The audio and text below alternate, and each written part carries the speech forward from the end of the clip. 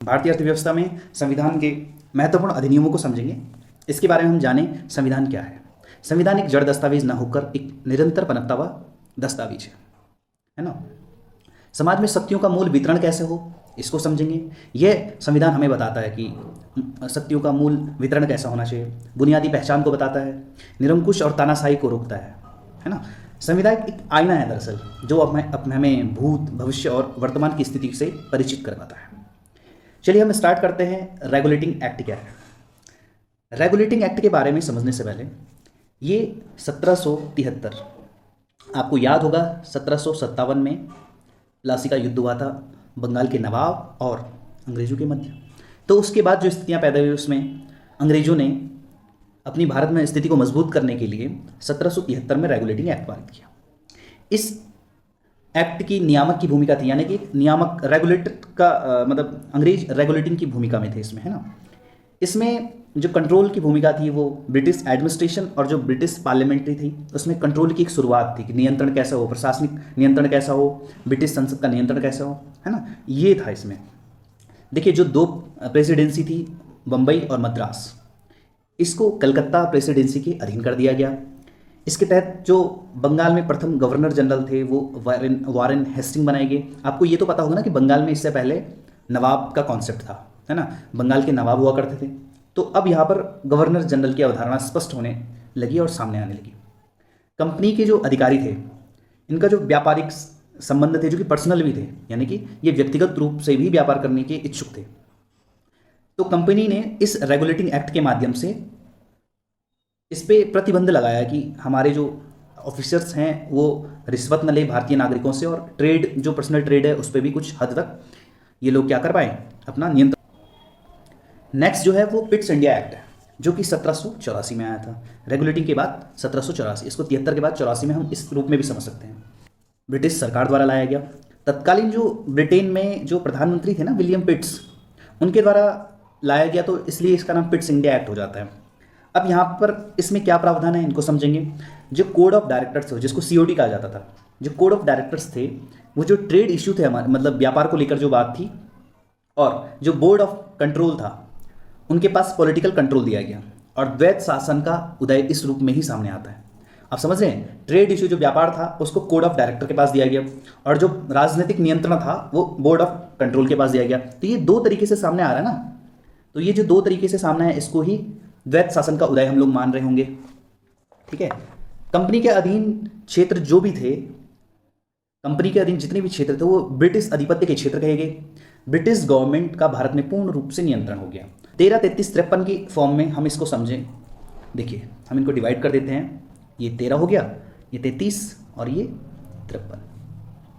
अब ये चार्टर किस रूप में आए देखिए। अगर हम बात करें जो चार्टर 1813 का चार्टर था उसमें ट्रेड को लेकर बात थी, यानी कि कंपनी का भारत के साथ व्यापार का एकाधिकार समाप्त हो जाए। अब समाप्त करने के मूड में ब्रिटिश सरकार आ गई कि हम लोग कंपनी का जो व्यापार था वो एकाधिकार को समाप्त कर रहे हैं। इसमें ये लोग ट्रेड को समाप्त कर रहे हैं। दूसरा, इसमें ईसाई जो मिशनरी थे वो भारत आने, यानी कि भारत देखिए हिंदू देश भी नहीं कह सकते हम इसको क्योंकि डाइवर्सिटी तो बहुत ज़्यादा है यहाँ पे, लेकिन ये लोग क्या कर रहे थे कि ईसाई मिशनरी को भारत भेज रहे थे और ईसाई का यहाँ पर प्रचार प्रसार हो रहा था, व्यापक मात्रा में प्रचार प्रसार हो रहा था। फर्स्ट ट्रेड को लेकर इशू था, सेकंड ईसाई मिशनरी यानी कि रिलीजन को लेकर इशू था, जो तीसरा था वो क्या था कि एजुकेशन को लेकर। 1813 के जो चार्टर में तीसरी बात थी जो कि महत्वपूर्ण बात भी है कि शिक्षा की बात सबसे पहले यहाँ पे आती है कि 1 लाख रुपए खर्च करने की बात आती है कि ब्रिटिश सरकार के द्वारा 1 लाख रुपए प्रति वर्ष शिक्षा पर खर्च किया जाएगा। चौथा क्या था, भारत में जो ब्रिटिश क्षेत्र है उसकी संवैधानिक स्थिति स्पष्ट हो, यानी कि भारत में जो ब्रिटिश आ चुके हैं उनकी स्थिति संवैधानिक रूप से भी स्पष्ट हो, है ना। जो 1833 था जो सेकंड चार्टर जिसको हम कहेंगे, इसमें क्या हुआ कि कंपनी जब भारत में आ चुकी थी तो ये अपना पूरा व्यापार को खत्म करके अब ये रूल करने के विचार में आ गए। अब ये चाहते थे कि इंडिया में रूल कैसे किया जाए, यानी कि शासन किस रूप में किया जाए। देखिए आपने देखा कि जो 13 था उसमें ये लोग व्यापार को लेकर बात कर रहे थे, और जो 33 है इसमें ये लोग क्या कर रहे हैं, इसमें ये लोग रूल करने के विचार में हैं कि हम भारत पर शासन किस रूप में करें। व्यापार समाप्त करके कंपनी ने शासन की ओर रुख किया, है ना। दूसरी यहाँ पर बात क्या थी, जो बंगाल था जहाँ पे बंगाल में नवाब हुआ करता था, नवाब के बाद गवर्नर जनरल। अब जो गवर्नर जनरल के बाद क्या होने लगा यहाँ पर कि भारत का गवर्नर जनरल कहा जाने लगा, बंगाल का नहीं भारत का गवर्नर जनरल। ठीक है। इसको नागरिक यानी कि सिविल पावर और जो सैन्य शक्ति थी यानी कि मिलिट्री का जो पावर था गवर्नर जनरल के पास आने लगा। तीसरी जो बात है वो जो दास सिस्टम था यहाँ पे ना, दास प्रथा थी, उसको गैर कानूनी घोषित कर दिया गया, जो चार्टर सेकंड है। और ब्रिटिश राज में जो संविधान के जो संकेत है ना, वो जो सेकंड चार्टर से ही मिलते हैं हम लोग को। 1833 से ही हम लोग को संविधान के कुछ सिंबल यानी कि संकेत के रूप में सामने आते हैं। इसमें दो चीज़ें इंपॉर्टेंट थी। जो पहली थी कि पृथक विधान परिषद की स्थापना हुई, जिसको बाद में लघु संसद भी कहा गया। और जो नेक्स्ट जो सबसे ज़्यादा इंपॉर्टेंट बात है, यहाँ पर जो नामजद जो लोग थे उनको ही सरकारी सेवाओं में नहीं जाने दिया गया। यहाँ पर कॉम्पिटिटिव एग्जाम होने लगे, यानी कि प्रतियोगी परीक्षाएं की व्यवस्था शुरू हुई, है ना।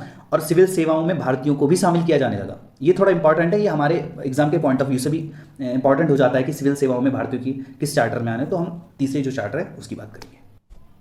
चलिए हम बात करते हैं भारत परिषद एक्ट जो 1909 है, जिसको कि मार्ले मिंटो सुधार भी कहा जाता है। मार्ले मिंटो सुधार कहा जाता है। जो मार्ले और मिंटो थे ये दो लोग थे। जो मार्ले थे वो क्या थे, भारत के राज्य सचिव थे इंग्लैंड में, है ना। और जो मिंटो थे जो सेकंड एम है, वो भारत के वॉइसरॉय थे, जिनको कि सांप्रदायिक निर्वाचन के जनक भी कहा जाता है। अब ये क्यों कहा जाता है, क्योंकि जो मिंटो साहब थे इन्होंने धर्म जाति वर्ग के आधार पर पृथक निर्वाचन की प्रणाली को अपनाया था यानी कि, है ना। और जो इस अधिनियम में सबसे इंपॉर्टेंट है वो है कि सत्येंद्र प्रसाद सिन्हा जो थे वो कार्यकारिणी जो परिषद थी उसमें नियुक्त होने वाले पहले भारतीय थे। और क्या थे ये विधि सदस्य थे, जो सबसे इंपॉर्टेंट है। बहुत बार एग्जाम में पूछा जाता है कि मार्ले मिंटो सुधार क्या था, या जो सत्येंद्र प्रसाद सिन्हा थे वो वॉइसरॉय की कार्यकारिणी सदस्य में कब शामिल थे, और यानी कि किस भारतीय की भूमिका में थे। तो ये विधि सदस्य के रूप में थे। बजट पर वाद विवाद करने का प्रस्ताव पारित करने का अधिकार इस ही एक्ट में दिया गया, ठीक है। सार्वजनिक हित जो संबंधी विषय है उसमें विवेचना की जाए, कैसे विवेचना की जाए, ये भी इसी में था, इसी एक्ट में। दूसरी बात जो सबसे इंपॉर्टेंट है वो कि मुस्लिम वर्ग के लिए पृथक निर्वाचन की बात भी मार्ले मिंटो जो सुधार है इसमें ही की गई, है ना। ये सबसे इंपॉर्टेंट मार्ले मिंटो इसलिए हो जाता है क्योंकि इसमें थोड़ा रिलीजियस टर्म भी आ जाता है, इसीलिए इनको सांप्रदायिक निर्वाचन के जनक भी कहा जाता है मिंटो साहब को, ठीक है। नेक्स्ट हम लोग बात करेंगे भारत शासन अधिनियम 1919 की। ये भारत शासन अधिनियम 1919 बहुत इंपॉर्टेंट है और उससे ज़्यादा इंपॉर्टेंट ये है। पहले हम भारत शासन अधिनियम 1919 की बात करें। इसको मॉन्टेग्यू चेम्सफोर्ड सुधार कहा जाता है। अब इसमें भी एक एम है एक सी है। मॉन्टेग्यू चेम्सफोर्ड के बारे में बात करें तो ये भारत के राज्य सचिव हैं, और जो चेम्सफोर्ड साहब हैं वो कौन है, वॉइसरॉय है। इसमें चेम्सफोर्ड क्या है, वॉइसरॉय है, और मार्ले मिंटो में मिंटो साहब क्या है, वो भारत के वॉइसरॉय हैं। अब इसमें जो इंपॉर्टेंट है वो ये है कि केंद्र में द्विसदनीय विधायिका है उसकी स्थापना हो जाती है। राज्य परिषद और केंद्रीय विधान परिषद, ये समझ लीजिए सेंटर और स्टेट की बात यहाँ पे चल रही है। राज्य में हस्तांतरित विषय और आरक्षित विषय दो विषय पर बात चलती थी। लोक सेवा आयोग है जो इसका गठन हुआ वो इसी एक्ट के दौरान हुआ, है ना। और पहली बार बजट को राज्य बजट से अलग कर दिया गया। निर्वाचन क्षेत्र दो आधारों पर बांटे गए, पहले सामान्य और विशिष्ट। सामान्य में जैसे हिंदू मुस्लिम सिख को लेकर सामान्य विषय सामान्य क्षेत्र में बांटा गया, और जो विशिष्ट था उसमें जैसे यूनिवर्सिटी या भूस्वामी वर्ग और ये जैसे अनेक इसमें वर्ग रखे गए, दो वर्गों में बांटा गया, ठीक है। और सबसे जो अच्छी बात है इसमें कि इसमें पहली बार जो महिलाएं थी उनको मत देने का अधिकार दिया गया, है ना।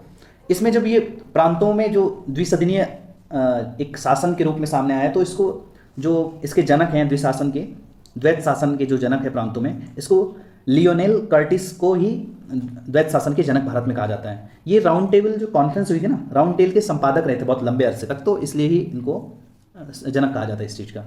नेक्स्ट जो सबसे इंपॉर्टेंट है, मैं अगर आपको ये सजेस्ट करूँ कि इस पे तो आप बहुत ध्यान से पढ़िए इसको, ये सबसे इंपॉर्टेंट है भारत शासन अधिनियम 1935। इससे न जाने कितनी बार क्वेश्चन पुटअप होते हैं स्टेट गवर्नमेंट में, चाहे पीसीएस में बोलो या सबऑर्डिनेट पीसीएस या स्टेट के जो एग्जाम होते हैं ग्रुप सी ग्रुप बीडी वगैरह जो भी हैं, पॉलिटी से सबसे ज़्यादा क्वेश्चन पुटअप होते हैं यहाँ से। चलिए पढ़ते हैं इसको। इसमें जो भारत में सर्वप्रथम संघीय शासन प्रणाली जो फेडरलिज्म जो सिस्टम है वो सबसे पहले यहीं से शुरू हुआ, यानी कि यहाँ इसकी शुरुआत का दौर था ये। संघ की जो यूनिटें थी वो दो प्रकार से बांटी गई। अब वो दो प्रकार की यूनिटें क्या थी, जो पहली यूनिट थी वो ब्रिटिश इंडिया स्टेट, है ना, ब्रिटिश भारतीय प्रांत, और दूसरा जो था प्रिंसली स्टेट यानी कि देसी रियासत। देसी रियासत के बारे में हम फिर कभी बात करेंगे किसी दूसरी वीडियो में।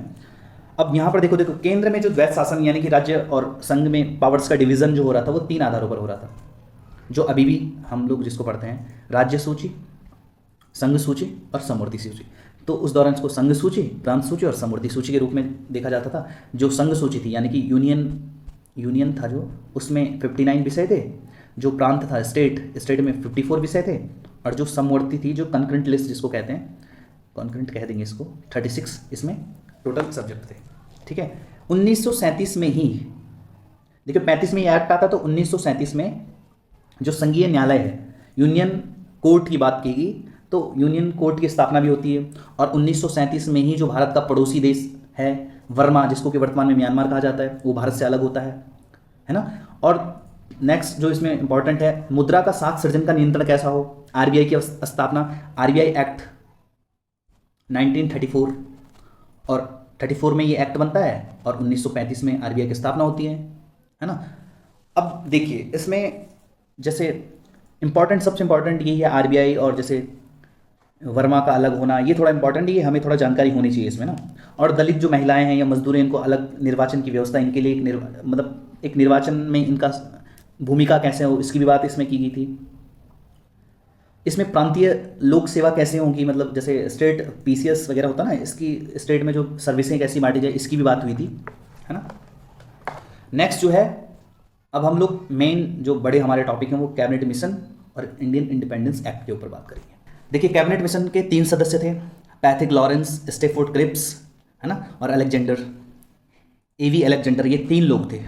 ये इसके मेन सदस्य थे। ये बहुत बार पूछे जाते हैं। इनमें 3, आपको 4 ऑप्शन दिए रहेंगे, ये और एक तीसरा नहीं होगा, आपको यही पता करना है कि इसमें से तीसरा कौन होगा। तो ये इस टाइप से क्वेश्चन आते हैं। और ब्रिटिश इंडिया और जो देसी प्रिंसली स्टेट थे, ठीक है, अब ये दोनों को कोलैप्स किया गया, जोड़ दिया गया, आपस में मर्ज किया गया और भारतीय संघ का गठन कर दिया गया। इसमें विदेश, रक्षा और संचार 3 जो थे वो संघ के अधीन कर दिए गए, यानी कि यूनियन के अधीन 3 मुद्दे रख दिए गए। भारत में जो ब्रिटिश रूल था, जो ब्रिटिश गवर्नमेंट की जो सॉवरेनिटी थी, वो पूर्ण रूप से समाप्त कर दी गई इसके तहत।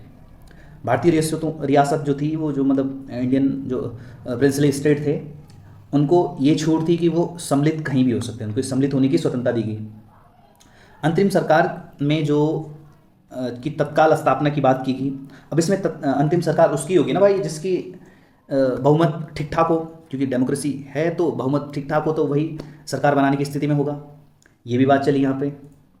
संविधान सभा की बात की गई कि संविधान सभा हो, उसका निर्वाचन शीघ्र होना चाहिए। कि संविधान जब अब देश आज़ाद होने के फुल स्टेज पे आ चुका था कि देश आज़ाद होने वाला, तो उस देश के लिए कैसे रेगुलेट किया जाएगी, ये सब उसकी बात चल रही थी, तो ये इंपॉर्टेंट है।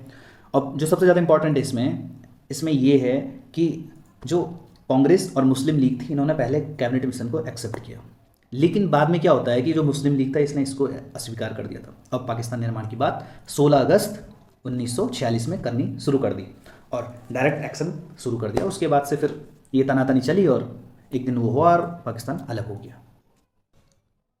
नेक्स्ट जो लास्ट हमारा टॉपिक है, जो कि इंडियन इंडिपेंडेंस एक्ट 1947 है, इसको समझेंगे। इसमें क्या हुआ कि 15 अगस्त 1947 को देश आज़ाद हुआ भारत, है ना। तो भारत और पाकिस्तान जो 2 अधिराज्य थे, तो ब्रिटिश गवर्नमेंट ने इनको देश सौंप दिए थे, यानी कि 2 स्टेट थे, जो कि एक पाकिस्तान और इंडिया, इनको ब्रिटिश गवर्नमेंट ने इनको सौंप दिए थे। दोनों अधिराज्यों को एक संविधान सभा सौंपी जाएगी, ये बात हुई थी इस एक्ट में, ठीक है। नेक्स्ट जो इंपॉर्टेंट है, अब गवर्नर जनरल की नियुक्ति इंग्लैंड का सम्राट करेगा, ये बात भी तय हुई, है ना। और दूसरी जो सबसे इंपॉर्टेंट बात है, जो मैंने आपको बताया था ना यहाँ पे, ये इंपॉर्टेंट क्यों है, भारत शासन अधिनियम 1935, ये इंपॉर्टेंट क्यों है? ये इसलिए इंपॉर्टेंट है, नए संविधान निर्माण होने तक राज्यों का प्रशासन कैसे चलाया जाएगा, इस बात का जो एक हम क्या कहेंगे, रेफरेंस कहें, क्या मतलब एक इसके अनुसार 1935 के अनुसार ही चलाया जाएगा, है ना। ये थोड़ा इंपॉर्टेंट है, इसलिए भी ये इंपॉर्टेंट हो जाता है, ठीक है। अब सचिव, जो भारत सचिव था, ये अब जब अंग्रेज जाने लगे, है ना, अब अंग्रेज जाने का समय तो आ ही गया था, तो जब अंग्रेज जाने लगे तो भारत सचिव जो पद था उसका कॉन्सेप्ट भी खत्म होने लगा, है ना। तो इसकी जगह पर राष्ट्रमंडल के सचिव की नियुक्ति की जाएगी, ये बात भी शुरू हुई। मतलब यानी कि अंग्रेज जब भारत छोड़कर जाने लगे तो भारत सचिव की जगह कौन आएगा, कोई नया आएगा, तो नया पद सृजित होगा ना, तो इसमें राष्ट्रमंडल के सचिव के रूप में नया पद आएगा, तो ये बात भी हुई इसमें। अब जो देसी रियासत थी तो ब्रिटेन की संप्रभुता के अंग कर दिए गए, है ना। अब ये कहा गया कि भारत और पाकिस्तान 2 अधिराज्यों में देसी रियासत कहीं भी जा सकती हैं, इसके लिए स्वतंत्र है। इनको स्वतंत्रता प्रदान की गई और इसके बाद 1947 में देश आज़ाद हो गया। अब हम नेक्स्ट वीडियो में मिलेंगे, ठीक है, आपको कुछ नए टॉपिक लेके आएंगे, ठीक है। तो जाकर लाइक कीजिए, शेयर कीजिए और सब्सक्राइब कीजिए। बहुत बहुत धन्यवाद।